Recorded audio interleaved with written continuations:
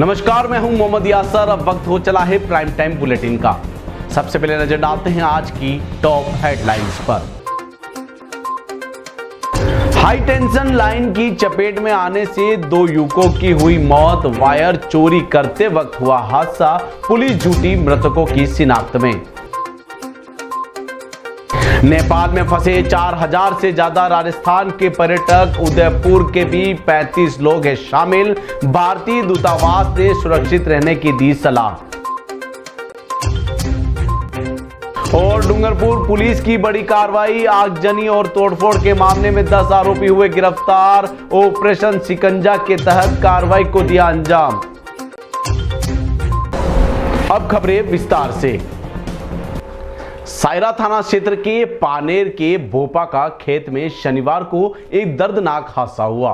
2 युवक 33 केवी की high tension line चोरी करने जंगल में गए थे, लेकिन लाइन काटते समय करंट की चपेट में आ गए और मौके पर ही उनकी मौत हो गई।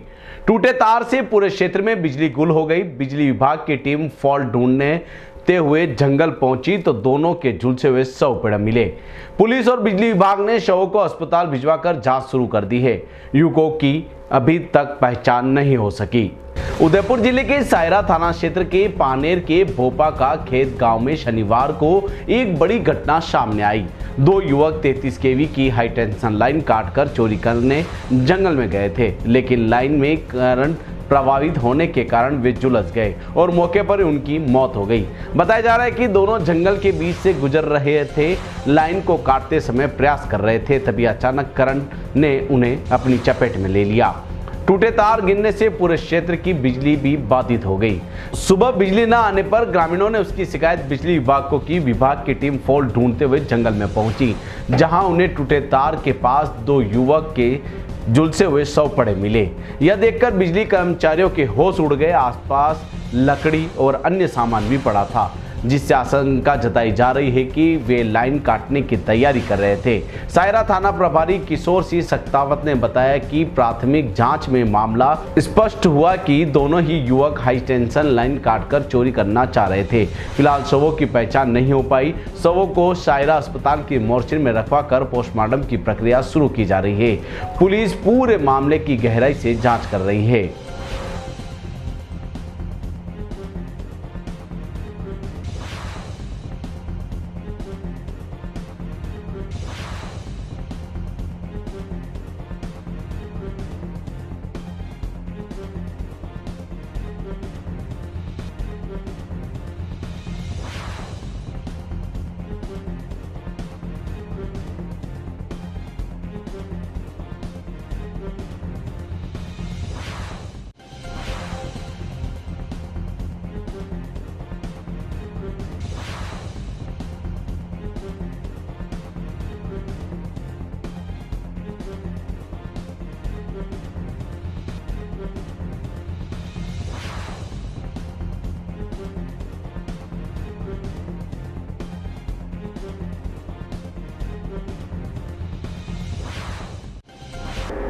नेपाल में 8 सितंबर से चल रहे हिंसक आंदोलन के बीच 4000 से ज्यादा राजस्थान के पर्यटक फंसे हुए हैं। इनमें जयपुर से 700 और उदयपुर से 35 लोग शामिल हैं। उदयपुर से गए एक भाजपा नेता अनिल सिंघल पोखरा परिवार के साथ फंसे हुए हैं, जबकि 31 अन्य पर्यटक काठमांडू एयरपोर्ट बंद होने से वहीं फंसे हैं। होटल में कैद ये लोग दहशत में हैं और भारतीय दूतावास से मदद की उम्मीद कर रहे हैं। पर्यटकों ने बताया कि उन्होंने आगजनी और उपद्रव की घटनाएं अपनी आंखों से देखी है। नेपाल में चल रहे हिंसक आंदोलन के बीच राजस्थान के पर्यटक बड़ी मुश्किल में हैं। 8 सितंबर से जारी उपद्रव में 4000 से अधिक राजस्थान के पर्यटक फंसे हुए हैं। इनमें जयपुर से 700 और उदयपुर से 35 लोग शामिल हैं। उदयपुर से एक भाजपा नेता अनिल सिंघल पोखरा शहर के एक होटल में परिवार के साथ फंसे हैं। उन्होंने बताया कि उनके सामने ही भीड़ ने एक होटल को आग के हवाले कर दिया था। काठमांडू एयरपोर्ट में फंसे राजस्थानियों का कहना है कि वे डरे हुए हैं और बाहर भीड़ आगजनी कर रही है। अनिल सिंघल ने बताया कि उनकी आज की फ्लाइट कैंसिल हो गई। वहीं काठमांडू में उदयपुर से गए 31 लोगों का ग्रुप भी एयरपोर्ट बंद होने से होटल में ही फंसा हुआ है। इनमें से भगवती लाल मेनारिया ने बताया कि वे मंगलवार सुबह पशुपतिनाथ के दर्शन कर लौटे थे, लेकिन उसके बाद इलाके में हिंसा फैल गई। वे वाराणसी, अयोध्या और प्रयागराज होते हुए नेपाल पहुंचे थे और आगे कोलकाता, गंगा सागर होकर उदयपुर लौटने का कार्यक्रम था। भारतीय दूतावास से संपर्क कर उन्हें अभी वहीं रुकने और स्थिति सामान्य होने का इंतजार करने की सलाह दी है। होटल में जयपुर और भीलवाड़ा के लोग भी मौजूद थे। उधर नेपाल में हिंसा इतनी बढ़ गई कि प्रधानमंत्री ओली के घर में आग लगा दी गई और धुएं का गुबार उड़ता दिखाई दिया। इन पर्यटकों की सुरक्षा को लेकर प्रशासन सतर्क है और मदद की कोशिश कर रहा है। मैं आज नेपाल के पोखरा जिले में हूँ। यहाँ पर नेपाल की स्थिति 2 दिन पहले अचानक बिगड़ गई। यूथ ने करप्शन और सोशल मीडिया बैन करने को आंदोलन कर दिया। इसको लेकर यहाँ का यूथ बहुत एग्रेसिव हो चुका है और उन्होंने कल तक हालात बहुत बिगाड़ दिए थे। हम लोग यहाँ सेफ़ हैं, होटल में हैं और सबसे बड़ी बात कि आंदोलनकारी टूरिस्ट को कोई परेशानी नहीं दे रहे हैं। आपकी शुभकामनाओं के साथ मैं खुश हूँ, मैं प्रसन्न हूँ। धन्यवाद। डूंगरपुर धम्बोल थाना क्षेत्र के लीखी छोटी गांव में 8 सितंबर को हुई आगजनी और तोड़फोड़ के मामले में पुलिस ने ऑपरेशन शिकंजा के तहत 10 आरोपियों को गिरफ्तार किया। प्रार्थी श्रीमती शारदा पत्नी हीरा डामोर ने बताया कि आरोपियों ने उनके देवर के पुराने और नए घर में घुसकर सामान तोड़ा और आग लगाई। पुलिस अधीक्षक और अतिरिक्त पुलिस अधीक्षक के निर्देशन पर थाना अधिकारी मणिलाल एएसआई की टीम ने गहन अनुसंधान कर सभी आरोपियों को पकड़ा। धम्बोल थाना क्षेत्र के लीखी छोटी गांव में 8 सितंबर 2025 को एक गंभीर घटना हुई, जिसमें प्रार्थी शारदा पत्नी हीरा डामोर ने पुलिस को रिपोर्ट दी थी कि अपने देवर डाया लाल के घर पशु पानी पिलाने गई थी। तभी लीला पत्नी मुकेश खाट, बाबू पिता अमरा पगी, अश्विन पिता बाबू पगी, हीरी पत्नी छतरा खाट, जवान सी पिता लकमा तराल, शिवा पिता घमा खाट, अमृत लाल पिता शिवा खाट, नवालाल पिता रुमाल खाट, महेश पिता बाबू, भवन पिता बुरा खाट और अन्य आरोपी एकजुट होकर घर में घुस आए।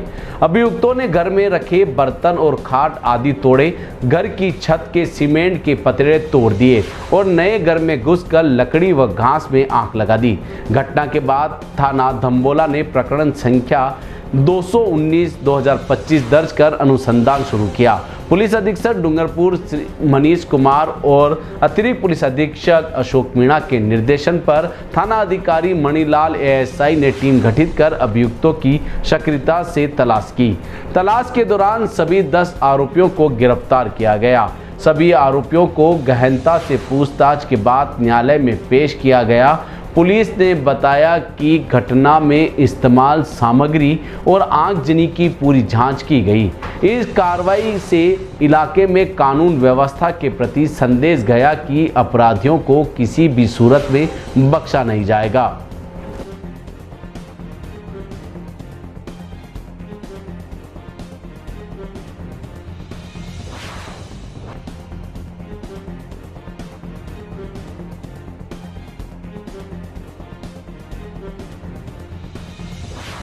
दिनांक 8/9/2025 को प्रार्थना श्रीमती शारदा डामोर निवासी लीखी छोटी ने एक रिपोर्ट दी कि मुलजिमानों ने मेरे घर में आगजनी की, तोड़फोड़ कर दी।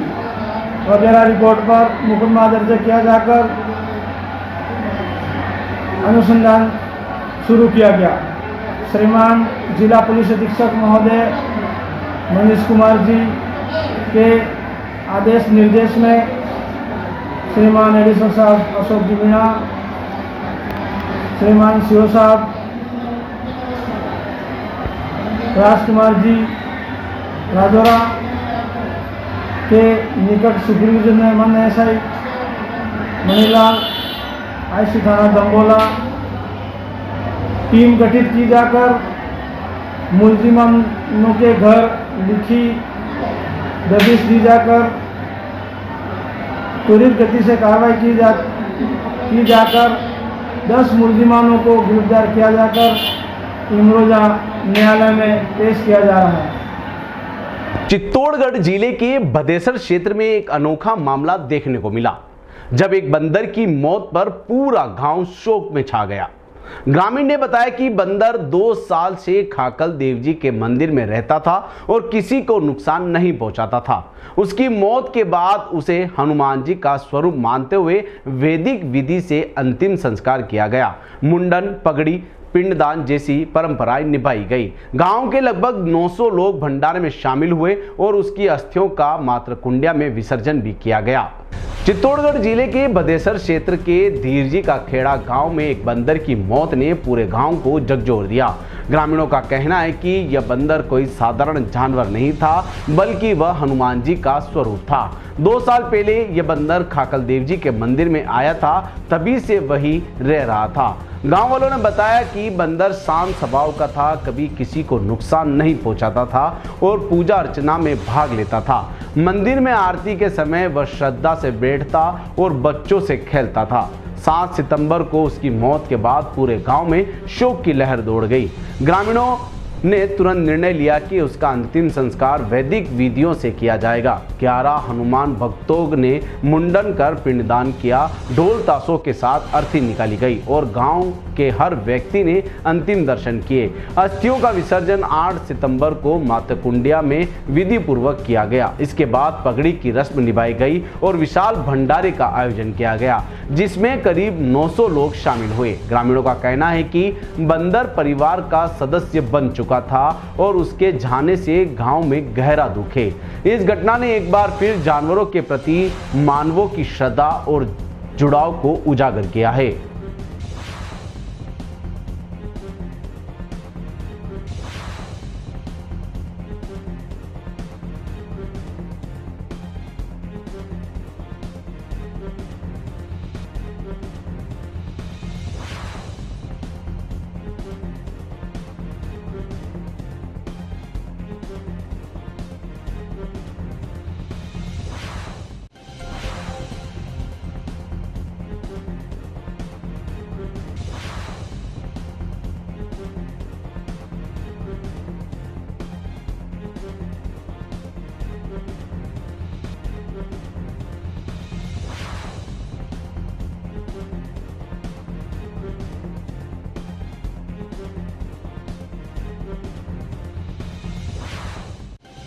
उदयपुर के आर&टी मेडिकल कॉलेज एवं संबद्ध अस्पतालों के शिक्षकों ने राज्य सरकार द्वारा मेडिकल कॉलेज फैकल्टी में लेटरल एंट्री से नियुक्ति करने के आदेश का विरोध किया है। Rajasthan medical college teachers association की ओर से शिक्षकों ने जिला कलेक्टर को ज्ञापन सौंपा। उनका कहना है कि राष्ट्रीय चिकित्सा आयोग की अधिसूचना में स्पष्ट है कि 220 से अधिक बेड वाले सरकारी मेडिकल कॉलेज में नियुक्ति केवल नियमित प्रक्रिया से ही हो सकती है। उदयपुर स्थित आर&टी मेडिकल कॉलेज एवं संलग्न अस्पतालों के शिक्षकों ने राज्य सरकार के लेटरल एंट्री आदेश का कड़ा विरोध किया है। Rajasthan medical college teacher association RMCTA की ओर से शिक्षकों ने जिला कलेक्टर को ज्ञापन सौंपा, अपनी आपत्ति भी जताई। संगठन के सचिव डॉक्टर तरुण कुमार रलोत ने बताया कि राष्ट्रीय चिकित्सा आयोग की अधिसूचना में स्पष्ट उल्लेख है कि 220 से अधिक बेड वाले सरकारी मेडिकल कॉलेजों में असिस्टेंट प्रोफेसर और एसोसिएट प्रोफेसर की नियुक्ति केवल नियमित प्रक्रिया से ही की जा सकती है। प्रोफेसर स्तर पर सीधी नियुक्ति का कोई प्रावधान नहीं है। इसके बावजूद हाल में ही जारी आदेश नियमों के विपरीत है। शिक्षकों ने चेताया कि इस प्रकार की नियुक्तियां चिकित्सा शिक्षा की गुणवत्ता, पारदर्शिता और शैक्षणिक वातावरण को प्रभावित करेगी।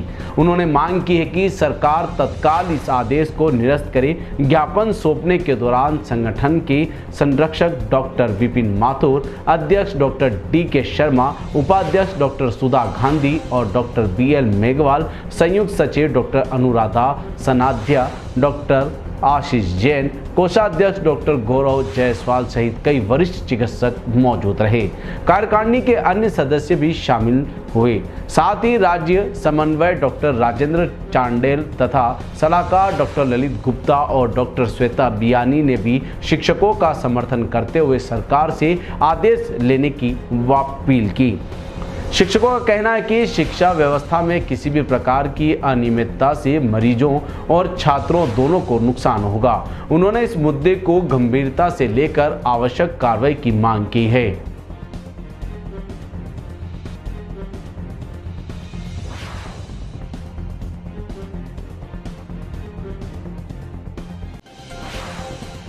जालोर जिले के भीनमाल क्षेत्र में पुलिस ने अवैध बजरी खनन के खिलाफ बड़ी कार्रवाई की है।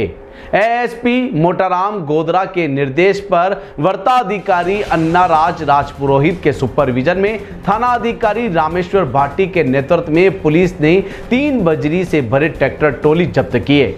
10 सितंबर की सुबह खानपुर नदी क्षेत्र में गश्त के दौरान 3 ट्रैक्टर ट्रॉली को आते देख पुलिस ने रोका, लेकिन चालक वाहन छोड़कर फरार हो गया। जांच में कोई भी वैध दस्तावेज नहीं मिलने पर वाहनों को जब्त कर चालकों के खिलाफ मामला दर्ज कर जांच शुरू कर दी है। भीनमाल क्षेत्र के अवैध बजरी खनन पर पुलिस ने कड़ी कार्रवाई करते हुए 3 ट्रैक्टर ट्रॉली जब्त किए हैं। एएसपी जालोर मोटाराम गोदरा के निर्देश पर वर्ताधिकारी अन्ना राजपुरोहित के सुपरविजन में थाना अधिकारी रामेश्वर भाटी के नेतृत्व में यह कार्रवाई की गई। हेड कांस्टेबल बाबूलाल और पुलिस जाब्ता ने 10 सितंबर की सुबह खानपुर नदी से सूरता की ढाणी की तरफ जाने वाली सड़क पर गश्त के दौरान 3 ट्रैक्टर ट्रॉली को आते देखा। पुलिस को सामने पाकर चालक वाहन छोड़कर झाड़ियों में फरार हो गए। वाहनों की तलाश ली गई तो उसमें अवैध तरीके से खनन कर लाई गई बजरी भरी मिली। जांच के दौरान किसी भी ट्रैक्टर ट्रॉली के पास वैध दस्तावेज नहीं पाए गए। इसके बाद पुलिस ने तीनों ट्रैक्टर ट्रॉली को जब्त कर लिया। थाना अधिकारी रामेश्वर भाटी ने बताया कि फरार चालकों के खिलाफ मामला दर्ज कर जांच शुरू कर दी है। अवैध खनन और परिवहन रोकने के लिए पुलिस की निगरानी लगातार जारी रहेगी। एएसपी मोटाराम गोदरा ने कहा कि पर्यावरण संरक्षण और नियमों के पालन को लेकर ऐसी अवैध गतिविधियों पर सख्ती से कार्रवाई की जाएगी। इस कार्रवाई से क्षेत्र में अवैध खनन करने वालों में पुलिस के प्रति भय का माहौल बना है। पुलिस की यह पहल प्राकृतिक संसाधनों की सुरक्षा और अवैध व्यापार पर लगाम लगाने की दिशा में एक महत्वपूर्ण कदम मानी जा रही है।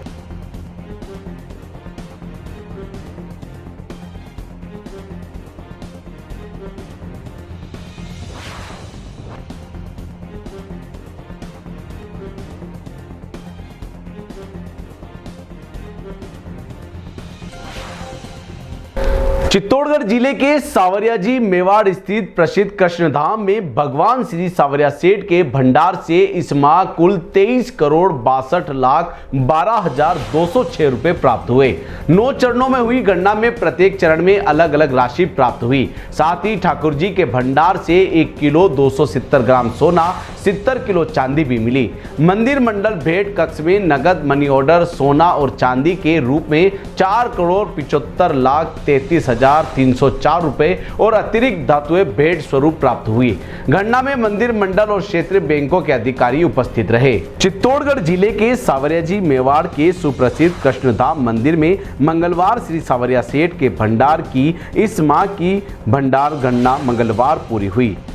भगवान के भंडार से कुल 23,62,12,206 रुपए प्राप्त हुए। यह राशि 9 चरणों में विभाजित हुई। पहले चरण में 8,90,00,000, दूसरे में 4,60,00,000, तीसरे में 3,86,50,000, चौथे में 2,50,00,000, पांचवें में 2,10,00,000, छठे में 84,00,000, सातवें में 42,00,000, आठवें में 17,50,000 और 90वें चरण में 22,12,206 रुपए प्राप्त हुए।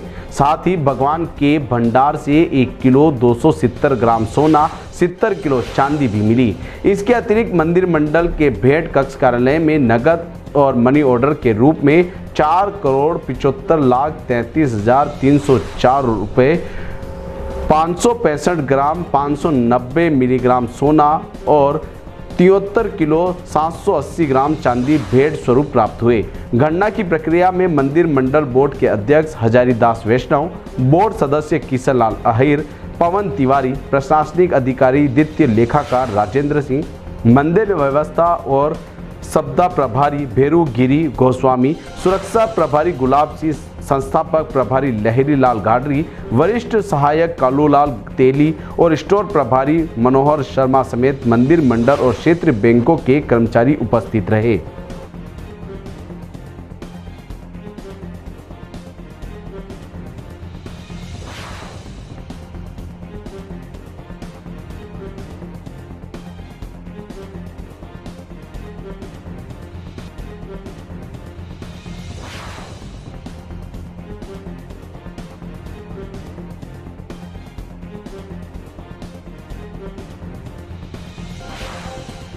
रेलमंगरा उपखंड के कोटड़ी गांव में राष्ट्रीय स्वयंसेवक संघ की शताब्दी संघ के अवसर पर भव्य पथ संचलन निकाला गया।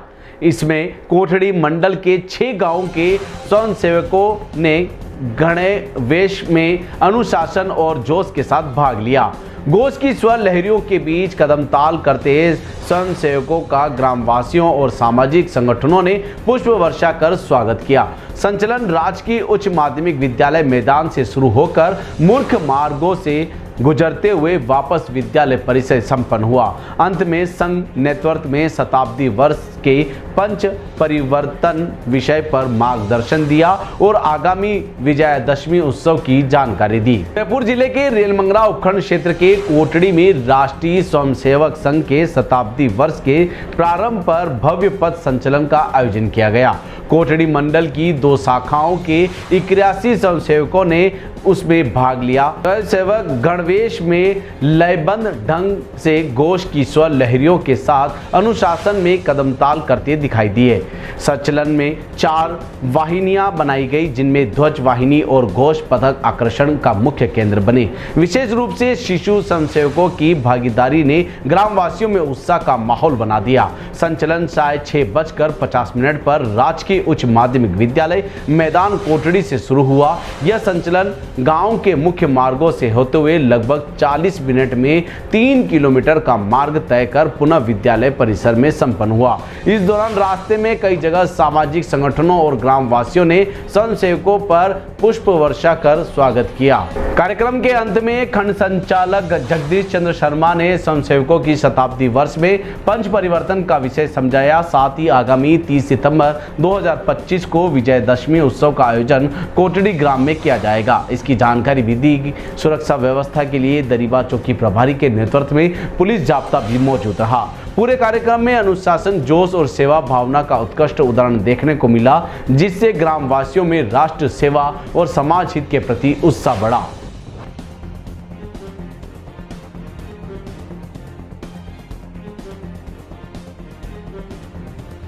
अपना वर्ष के 100वें वर्ष के नाते हम संघ के माध्यम से समाज में अपना परिवर्तन चाहते हैं। केवल जो अपना सनातन धर्म है वह धर्म सुरक्षित रहे, हमारे राष्ट्र की जो अस्मिता है वह बची रहे, हमारा जो परिवार है कुटुंब का वह हमारा ठीक से उनका लालन पालन हो, उनके जो पलवित हो रहे बालक बालिकाएं वो संस्कारवान हो। देश की माटी से जैसे हम हमारी माँ से स्नेह करते हैं, वैसे हम सब की माँओं की माँ है भारत माता, और उस भारत माता के लिए, अपने सनातन संस्कृति के लिए, राम कृष्ण के लिए, या यूँ कहें कि गौ माता के लिए, इस राष्ट्र के जो आधारभूत तत्व हैं हम उसी के अनुसार आगे बढ़ते हैं। संघ की स्पष्ट रचना है कि हिंदू समाज सब भाई भाई है और विश्व कुटुंबकम के भावना लेकर के चलते हैं। आज हम सब यहाँ एकत्र हुए हैं, कल घर घर तक जाएंगे। जो आज हमारा नहीं है वो भी कल हमारा होगा, और इस प्रकृति को बचाने के लिए संघ की कुछ बातें हैं। हमें पर्यावरण बचाना है, प्लास्टिक से मुक्ति पानी है, और वह तब होगी जब हम सब का मिला जुला प्रयास होगा, हर घर से ये आवाज़ आएगी कि प्लास्टिक मुक्त हमारा देश होना चाहिए। इसी के कारण से आज गौ माताओं की बेरहमी से अपनी मौत की ओर जूझ रहे हैं, या जो प्राणदायक गैस है ऑक्सीजन उनके लाले पड़ रहे हैं। महानगरों में आप जाएं तो देखेंगे कि श्वसन के लिए, ऑक्सीजन के लिए बहुत बड़े बड़े महानगरों में मोर्चों पर ऑक्सीजन के सिलेंडर लगा रखे हैं, जहाँ चलते चलते आदमी की सांस फूलती है तो वो ऑक्सीजन लेता है और फिर आगे बढ़ता है। तो पर्यावरण को हमें बचाना है, और पर्यावरण बचेगा जल, जमीन और जंगल, और उसके साथ हमारी संस्कृति। देखिए, देश जब आज़ाद हुआ, हम सब जानते हैं कि देश आज़ाद हुआ कब हुआ, सब हर कोई बता देगा कि 1947 को देश आज़ाद हुआ ना। लेकिन मैं ये पूछूं गुलाम कब हुआ, तो सन्नाटा छा जाएगा। ये तो हमें पढ़ा ही नहीं गया, हमारे पाठ्य पुस्तक में ये था ही नहीं। ये क्यों नहीं था? ये विधर्मियों की योजना के अनुसार हमारी शिक्षा पद्धति को बदला गया, और उन्होंने उनकी योजना से शिक्षा लागू की, ताकि उनके केवल भारत को इस मोड़ पे ला करके रख दिया। हमारे सनातन के जो मान बिंदु थे, चाहे वो हमारा मंदिर की आस्था रही हो, चाहे वो माता पिता को प्रणाम की आस्था रही हो, चाहे परद्यारसु मातृवत की भावना रही हो, परद्रव्यसु लोष्टवत की भावना रही हो। प्राचीन काल में कहते हैं कि राह चलते हुए किसी नारी के श्रृंगार का कोई आभूषण गिर जाता था तो पीछे से आने वाला राहगीर अपना रास्ता बदल करके निकलता, उससे दूर होकर के जाता। वो यूँ कहता मैं पास होकर के जाऊँगा तो स्पर्श दोष लगेगा। और आज समाज में किस प्रकार की विकृतियाँ आ रही है आप सब जानते हो। आप बहुत अच्छे पाठक हो, संचार की बहुत बड़ी एक क्रांति अब चल पड़ी देश में। व्हाट्सएप आपका माध्यम है, टीवी है, समाचार है, विभिन्न प्रकार के सनातन धर्म को उठाने वाले की मंच है। इनके माध्यम से हम सुरक्षित रहने का प्रयास कर रहे हैं। विश्व में धर्म केवल एक ही था, और वो था सनातन। यदि आप में से कोई जागरूक पाठक हैं और पत्र पत्रिकाएं पढ़ते हैं, तो जहाँ अरबों के देश में जहाँ उत्खनन के कार्य चल रहे हैं, वहाँ 2000, 3000, 5000 वर्ष पुराने मंदिर निकल रहे हैं। जहाँ एक भी हिंदू नहीं है, वहाँ कोई उपासक नहीं है, फिर वहाँ मंदिर क्यों निकल रहे हैं? वहाँ हमारी संस्कृति बाहर क्यों आ रही है? कल ये 2 दिन पहले आपने देखा होगा, एक लेख को ट्रांसलेट करके निकाला जा रहा था कंप्यूटर के माध्यम से। तो पहले धर्म एक ही था, सनातन था, पूरे विश्व में छाया हुआ था। इसीलिए हम बोलते थे वसुदेव कुटुंबकम। बाकी जो चल पड़ा है वो सब मजहब है, पंथ है, वो एक अलग विषय है। तो हमें हमारे सनातन में सबके दुख को अपना दुख समझना, हर एक के दुख में अपना कंधा देना, ये हमारी संस्कृति है। गांव में आज भी जिंदा है। जब भी किसी परिवार में आपत्ति आती है तो उस मोहल्ले के, उस पड़ोसी, उस गांव के सब कंधा देते कि नहीं देते? देते हैं ना। तो वो संस्कृति वापस अपने घर घर तक, हर व्यक्ति तक पहुंचानी है। हम किसी को सताएंगे ये सबसे बड़ा पाप है, और हम किसी के मन को प्रसन्न कर पाए, यानी कि उनके दुख को हम बटा पाए, ये सबसे बड़ा धर्म है। तो हमें हमारी संस्कृति को बचाना है। संगठन ने कुछ 5, जिसमें कुटुंबकम प्रबंधन है, पर्यावरण है ना, ऐसे अनेक घटक लेकर के साथ चल रहे हैं। तो उनके योजना के अनुसार हमें हर हिंदू के घर तक जाना है। हमें हमारे धर्म ग्रंथ को जीवित रखना है। हम जो नहीं पढ़ पाए थे उसको भी हमें वापस पढ़ लेता कि हम कितने वर्षों तक गुलाम रहे, हम गुलाम क्यों हुए। डॉक्टर जी ने 1925 में ये ऐलान कर दिया था कि देश जो धर्म दल चल रहा है वो देश को आज़ाद करके रहेंगे, पर देश आज़ादी को बरकरार रख पाएगा, इसमें मुझे संशय लगता है, इंट्रोगेटिव था। उनको लग रहा था कि हमारा जो समाज है, बिरादरी है, वो विभिन्न भागों में बटा हुआ है, चाहे वो जाति में बटा हो, चाहे धर्म में बटा हो, चाहे मजहब में बटा हो, चाहे किसी गुणी निर्गुणी में बटा हो, कैसे भी बटा हो। तो ऐसे विभाजन की जो स्थिति चल रही है, और जो बाहर के आता आ रहे हैं वो फूट डालो राज करो करते रहेंगे। तो देश को यदि वापस गुलाम नहीं होने देना है तो हम सबको एक होकर के रहना है। बोलिए सनातन धर्म की जय, गौ माता की जय, अपने अपने माता पिता की जय, इष्ट देव की जय, भारत माता की जय की जय। वंदे वंदे वंदे। आप सब टी न्यूज राजस्थान के बुलेटिन में फिलहाल अब तक के लिए इतना ही। आइए चलते चलते नजर डालते हैं आज की टॉप हेडलाइंस पर। हाई टेंशन लाइन की चपेट में आने से 2 युवकों की हुई मौत। वायर चोरी करते वक्त हुआ हादसा, पुलिस जुटी मृतकों की शिनाख्त में। नेपाल में फंसे 4000 से ज्यादा राजस्थान के पर्यटक, उदयपुर के भी 35 लोग हैं शामिल। भारतीय दूतावास ने सुरक्षित रहने की दी सलाह।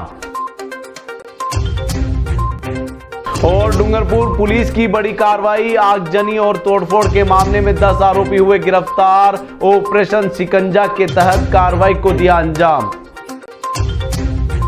आज के बुलेटिन में इतना ही। अब दीजिए इजाजत मोहम्मद यासर को। ऐसी ही तमाम बड़ी खबरें देखने के लिए बने रहिए टी न्यूज़ के साथ। नमस्कार।